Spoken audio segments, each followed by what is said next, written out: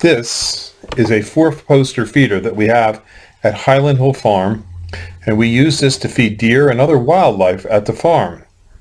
And as you can see in this picture, a little squirrel and raccoons come up to this feeder.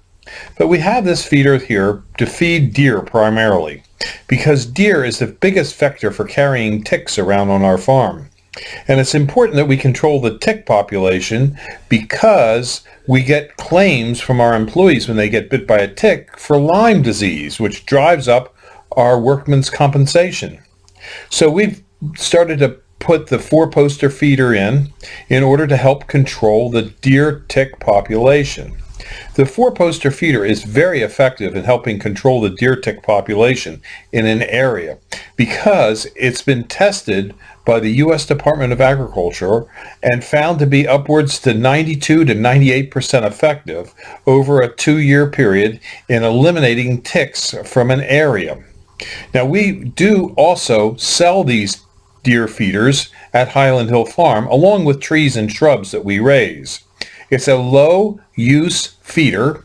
In other words, the deer only eat about 1.5 pounds per deer per day of whole corn from the feeder, which means you don't have to have a lot of corn to feed a bunch of deer, because a deer could eat upwards to 50 pounds of food a day, but corn only 1.5 pounds.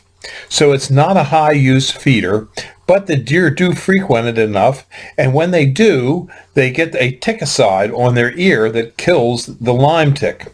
It's the same ticicide that you use on your dog, and also you spray on your clothing to keep deer ticks away. It is an effective way of managing the deer tick population. And it's sort of funny because why does a tree farm want to encourage deer to come to the farm? Well, just because of that. But notice, if you will, that we're growing Norway spruce in this area. Norway spruce are a very resistant tree to deer browse, and so we have very little problems with the deer damaging these trees. On other sections of the farm where deer are damaging trees, what we do there is we fence it off with an 8-foot-high fence. We also have a hunter access program at Highland Hill Farm where you can come and hunt on some of our 4 different farms that we have in Bucks County. All we ask is that you call us in advance, you get a predetermined time when you're going to come out, and you bring us something that we can use on the farm. Usually we have you bring a bag of whole corn, or maybe a box of ammunition that we might need, or sometimes people bring us a bottle of wine, but we just make it a nominal thing so that you're providing us with something and we're providing you with something. Our farm is located on Route 313 in Fountainville, PA. We have 3 farms in that particular area and 1 in Dublin, about 4 miles away. We also have farms that we lease out for hunting in Bradford County, Pennsylvania, and in New York State. And we also have places where you can hunt on our ranches that we have in Montana and New Mexico.